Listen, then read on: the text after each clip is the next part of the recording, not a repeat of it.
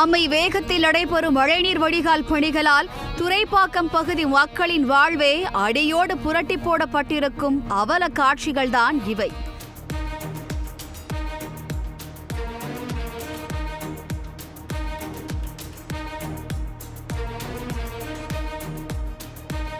ECR மற்றும் OMR சாலையை இணைக்கும் பிரதான பகுதிதான் துரைப்பாக்கம்.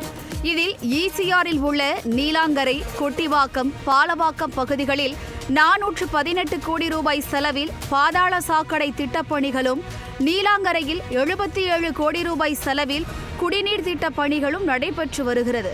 அதன்படி துரைப்பாக்கத்தில் உள்ள 20க்கும் மேற்பட்ட தெருக்களில் பள்ளம் தோண்டப்பட்டு பணிகள் முன்னெடுக்கப்பட்ட நிலையில் ஆமை வேகத்தில் பணிகள் நகர்வதால் பெரும் இன்னலுக்கு ஆளாகி உள்ளனர் துரைப்பாக்கம் மக்கள். இது ஈசிஆர் டு ஓஎம்ஆர் லிங்கார் ரோடு. இதில் வடிகால் கால்வாய்ன்னு சொல்லிட்டு நோண்டுறானுங்களே தவிர எதுவுமே ஒரு ப்ராப்பராக நோண்டல. கால்வாசி நோண்டுறானுங்க, பாதி அப்படியே விட்டுறானுங்க, மறுபடியும் இந்த சைடில் கால்வாசி நோண்டுறானுங்க, அப்படியே விட்டுறானுங்க. யாருக்குமே ஒரு போக்குவரத்துக்கு ஒரு எல்லாமே இடைஞ்சலாக தான் இருக்குது. ஏங்க காவாவை நீங்கள் ஃபஸ்ட்டே க்ளீன் பண்ணியிருந்தீங்கன்னா இந்த இதுவும் இல்லை. லாஸ்ட்டு அடுத்த வருஷம் எலெக்ஷன் வருதுன்னு இந்த வாரத்தில் நீங்கள் இந்த வருஷத்தில் ஒரு 4 மாதம் நோண்டி விட்டு அடுத்தது காவா அங்கே ரொம்பிக்குது அங்கே ரொம்பிக்குதுங்கன்னா எங்களுக்கு தான் கஷ்டமாகுது. குறுகலான சாலைகளின் முக்கால்வாசி பகுதியில் பள்ளம் தோண்டப்பட்டிருப்பதால் மக்கள் சாலையை கடந்து செல்லவே பெரும் சிரமத்திற்கு ஆளாகி உள்ளனர்.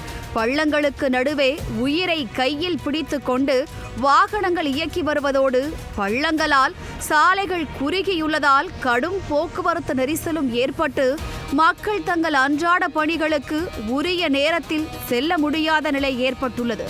மேலும் தோண்டப்பட்ட பள்ளங்களில் நீட்டிக்கொண்டு நிற்கும் கான்கிரீட் கம்பிகளால் குழந்தைகள் முதல் பெரியவர்கள் வரை சாலையில் நடப்பதே அந்தரத்தில் உயிர் ஊசலாடும் கதையாக மாறியுள்ளது. 2 மாதமாக காவா ரெடி பண்ணுறேன்னு சொல்லிட்டு எல்லாத்தையும் உடச்சி போட்டாங்க. ட்ரைனேஜ்லேருந்து குடிநீர்லேருந்து தண்ணி கூட இல்லைங்க. எல்லாம் கேன் தண்ணி தான் குடிக்கிறாங்க, குளிக்கிறாங்க, எல்லாத்தையுமே தான் பண்ணுறாங்க. ரோடு போகிறன்னு ஒரே டிராஃபிக் பண்ணி ரொம்ப இது பண்ணுறாங்க. ரொம்ப ஜனங்களாம் அவசரப்படுறாங்க. இது ஒரு முடிவே இல்லையா இதுக்கு? பாருங்கள் எவ்வளோ ஜனங்க டிராஃபிக் வேலை முடிச்சு இந்த பக்கம் தான் வழி, இந்த வழியும் அடிச்சுட்டு இந்த வழியும் இது பிரச்சனை பண்ணுறாங்க. இங்கே பள்ளம் நோண்டுறேன்னு அங்கே பள்ளம் நோண்டுறாங்க. அதே மாதிரி ஈபிலாம் கீழே ஒயர்லாம் அறுத்து போட்டாங்க. ஒன்றுமே இல்லை. எல்லாம் குழந்தை வச்சு கஷ்டப்படுறாங்க. அதே தெருக்குள்ளேருந்து உள்ளே வரத்து கூட கஷ்டப்படுறாங்க எல்லாம். அது மட்டுமின்றி தோண்டப்பட்ட பள்ளங்களில் மழைநீரோடு கழிவுநீரும் நிரம்பி தேங்கி நிற்பதால் கொசுக்களின் பெருக்கம் அதிகரித்து சுகாதார சீர்கேடு ஏற்பட்டு தொற்று நோய் பரவும் அபாயமும் நிலவுகிறது. மேலும் அரண்மனைக்கு அகழி அமைத்தாற் போல வீட்டில் முன்பு மாநகராட்சி சார்பில் பள்ளங்கள் தோண்டப்பட்டுள்ளதால் வீட்டிற்குள் செல்லவே பள்ளத்தின் மீது மரப்பலகையை வைத்து கழக்க வேண்டிய நிலையும் நிலவுகிறது. இங்கே ஒரு 30-40 தெரு இருக்குது. 40 தெருவில் ஒரு தெரு உள்ளே போயிட்டு நார்மலாக ஒரு 2 வீலர் எடுத்துகிட்டு போயிடுவாங்க. எல்லாமே காரு லாரி போகிற இடம் தான். ஒரு 2 வீலர் எடுத்துகிட்டு போயிடுவாங்க. எவ்வளோ கஷ்டமாகுதுன்னு எங்களுக்கு தான் தெரியும். 1000 புகார் தெரிய வச்சிட்டோம். இன்றைக்கி கூட 4 புகார் அந்த பள்ளம் நோண்டிக்கு கரண்ட் கட் பண்ணுறாங்கன்னு சொல்லிட்டு ஒரு புகாருக்கும் ஒன்றுமே ஒரு பதில் இல்லை. No response. Waste, simply waste. அதிலும் தோண்டப்பட்ட பள்ளங்களிலிருந்து வெளியேற்றப்பட்ட மண் கசடுகள் முறையாக அகற்றப்படாமல் சாலையில் கொட்டப்பட்டு சேரும் சகதியுமாக மாறியிருப்பதால் வாகன ஓட்டிகள் விபத்தில் சிக்கக்கூடிய பெரும் அபாயமும் நிலவுகிறது. இதனிடையே கடந்த 4 மாதங்களுக்கு முன்பு பணிகள் தொடங்கப்பட்ட நிலையில் மக்களின் பெரும் சிரமங்களை கொஞ்சமும் பொருட்படுத்தாமல் பணிகள் ஆமை வேகத்தில் நடைபெறுவதாகவும் குற்றச்சாட்டை முன்வைக்கின்றனர் துரைப்பாக்கம் பகுதி மக்கள். வேலை நடக்குது, ஆனால் ரொம்ப ஃபீடாக நடக்கலை. கண் தொடுப்பு மாரி இந்த துரைப்பாக்கம் பகுதியில் இந்த பாண்டியன் சாலை இந்த பக்கத்து தெரு மொத்தம் இந்த சுற்றி வட்டாரமே இப்படி தான் இருக்குங்க. இங்கே ஒரு 28 தெரு மேலே இருக்குங்க. இப்படி தான் இருக்குது. கொஞ்சம் நீங்கள் இப்போ பின்னாடிலாம் பார்த்தீங்கன்னா உங்களுக்கு தெரியும் காவா தண்ணி எப்படி நம்பி வந்ததுன்னு.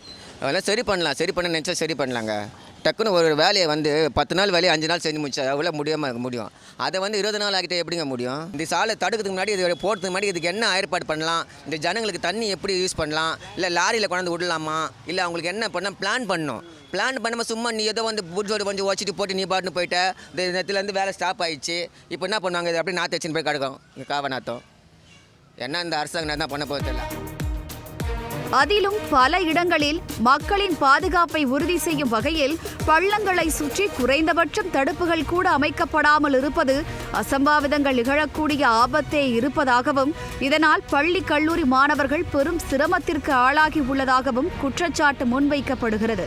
அடர்த்தியான குடியிருப்புகள் மிகுந்த பகுதியில் குறுகலாக இருக்கும் சாலைகளில் பள்ளங்களை தோண்டிவிட்டு பணிகளை விரைந்து முடிக்காமல் மாநகராட்சி மெத்தன போக்கை கடைபிடிப்பது திமுகவின் செல்லரித்த ஆட்சி நிர்வாகத்தின் லட்சணத்தையே காட்டும் விதமாக உள்ளது.